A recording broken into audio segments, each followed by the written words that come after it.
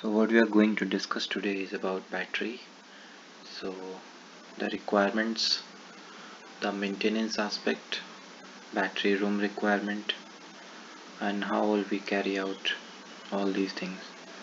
So I've clubbed it together from different websites and gathered the information under one umbrella. So on ship it is very critical equipment, and the room is also critical on the aspect of safety and fire hazard. So then which can lead to explosions. So there are two key things that has always to be kept in mind to avoid any explosion. The first one is providing proper ventilation, because you need not allow the explosive mixture to accumulate at one place. By preventing any source of ignition, there should not be any source of heat. So how do we prevent heat source of ignition? So there has to be no naked light and no smoking zone. Use of externally fitted light or flame-proof lights, cables of adequate size and they are well connected. Never place emergency switchboard in this room. So these are basically the requirements, you can say.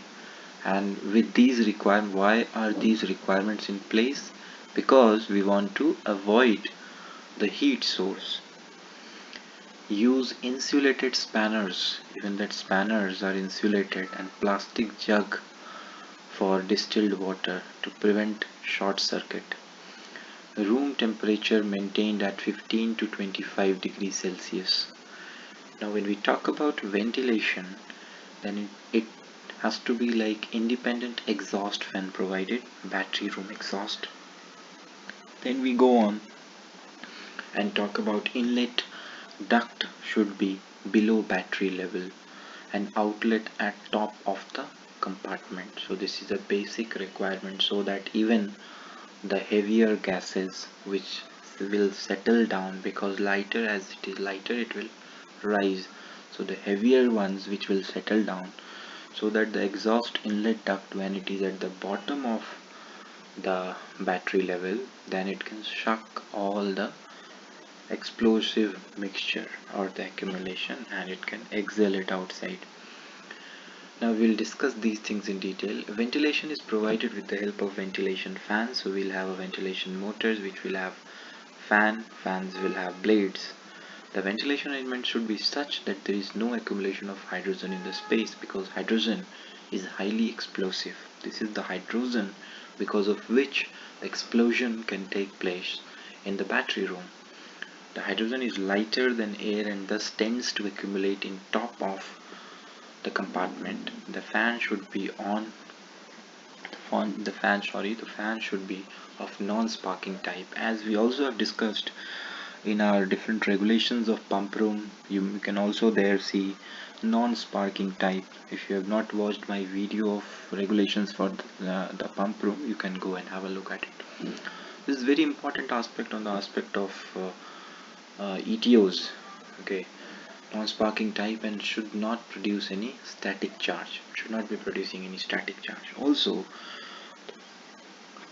the ventilation ducts should be below the battery level, which would be helping forcing the gases out. The motor used should be standardized approved type, so that there is no chance of spark from the motor. So there is no spark from the motor.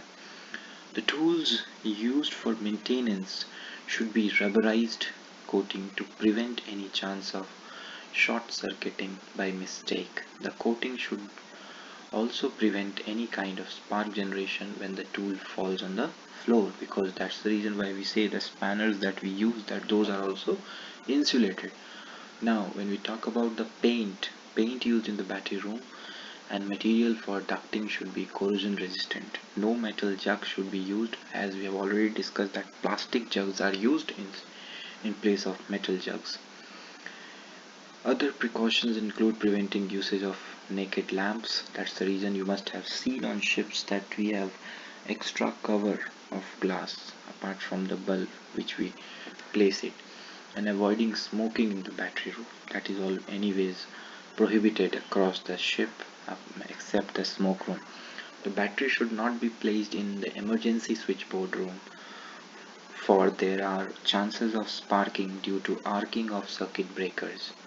Okay, so these should not be placed because whenever there is an opening and closing of contact, the reason the arcing takes place.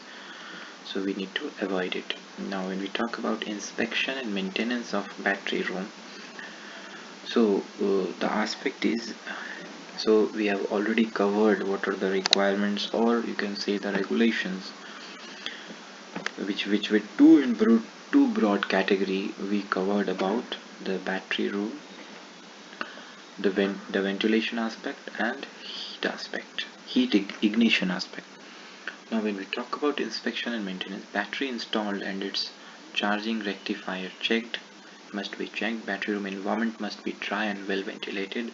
Battery tops shall be clean and dry, and terminal nuts must be tight, and a smear of petroleum jelly applied to prevent corrosion. Electrolyte at proper level and should have correct value of specific gravity by checking with a hydrometer.